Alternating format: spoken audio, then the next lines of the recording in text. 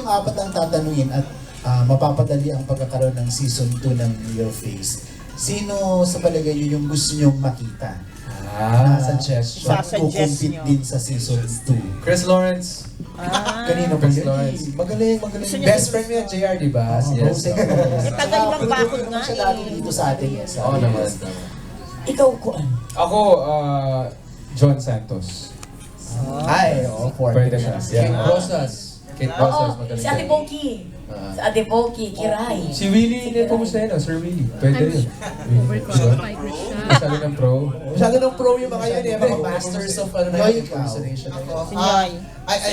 I think tayo lahat gusto natin makita si Aiza dito sa show. To see what she's capable of. She's done some theater work and Gawin mo basta pa, I'm Aiza. sure her inclusion dun sa second season kung sakasakali, di ba? I'm sure everyone's gonna be entertained with that. Marcelito Pumoy.